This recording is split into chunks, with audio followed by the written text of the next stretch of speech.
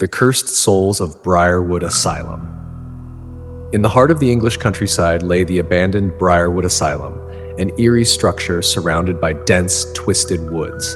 Its stone walls, cracked and covered in moss, stood as a testament to decades of neglect and untold horrors. For years, the asylum had been a source of fear and fascination for the nearby villagers, who spoke of ghostly apparitions and blood-curdling screams that echoed through the night. One brisk autumn evening, 5 college friends, Emma, Lucas, Olivia, Henry, and Sophie, decided to explore the infamous asylum. They had heard the tales of supernatural occurrences and were eager to experience a thrill like no other. Armed with flashlights, cameras, and a sense of adventure, they set out for Briarwood, the sun setting behind them, casting long shadows across the landscape. As they approached the asylum, a chill ran down their spines. The wrought iron gates, rusted and overgrown with ivy, creaked open with a foreboding groan. The gravel path leading to the entrance was littered with dead leaves, crunching underfoot. The friends hesitated at the massive wooden doors, their resolve wavering for a moment before Lucas pushed the door open. The air inside was thick with the smell of dampness and decay. The entrance hall was vast, with peeling wallpaper and broken furniture scattered about. An old grand staircase spiraled upward, its banisters covered in cobwebs. The flickering beam of their flashlights barely pierced the oppressive darkness. "We should split up to cover more ground," Lucas suggested, his voice echoing in the emptiness. Emma and Henry decided to explore the upper floors, while Lucas, Olivia, and Sophie would investigate the ground floor and the basement. The floorboards creaked and groaned under their weight as they moved through the derelict building, each step sending shivers down their spines. Emma and Henry climbed the staircase, the cold air growing even colder as they ascended.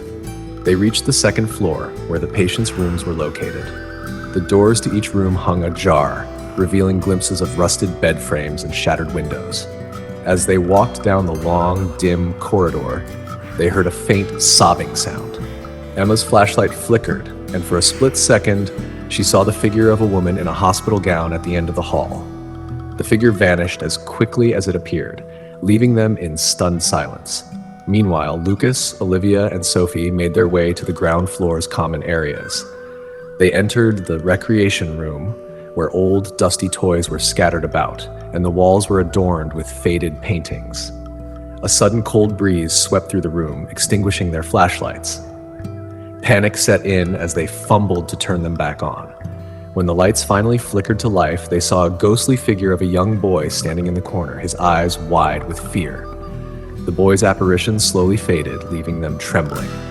Determined to uncover the asylum's secrets, the trio found a hidden staircase leading to the basement. The air grew heavier with each step they took, and an overwhelming sense of dread enveloped them. The basement was a labyrinth of narrow passages and small, claustrophobic rooms. They stumbled upon an old operating theater, its surgical instruments rusted and covered in dried blood. In the center of the room stood an iron table, restraints still in place. As they examined the room, they heard a series of faint, ghostly whispers growing louder, echoing through the basement. A sudden scream pierced the air, sending them into a frenzy. Olivia turned to run but tripped over a loose tile, falling hard on the cold, damp floor. In their panic, they accidentally kicked over an old filing cabinet, spilling its contents. Among the scattered papers, they found records of experiments conducted on the patients, detailing cruel and inhumane treatments. The documents revealed that the asylum's director, Dr. Blackwood, had been obsessed with the supernatural and had performed grotesque experiments in an attempt to communicate with the dead. A blinding light filled the room, and the friends felt a wave of warmth wash over them.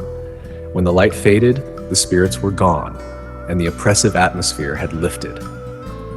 The asylum, once a place of torment and suffering, now felt peaceful. Exhausted but triumphant, the friends made their way out of Briarwood Asylum. The first light of dawn was breaking as they stepped into the crisp morning air. They walked back to the village, their hearts lighter, knowing they had freed the souls trapped within the asylum's walls. Though they never spoke of that night again, the bond they shared grew stronger, forged in the crucible of fear and courage. The asylum remained abandoned, slowly being reclaimed by nature, its dark history fading into legend. The villagers noticed that the eerie sounds and ghostly apparitions had ceased, and they spoke of the brave souls who had brought peace to Briarwood. Years later, as the friends gathered for a reunion, they couldn't help but feel a sense of pride in what they had accomplished. The memory of that harrowing night was a reminder of their bravery and the power of friendship in the face of the unknown.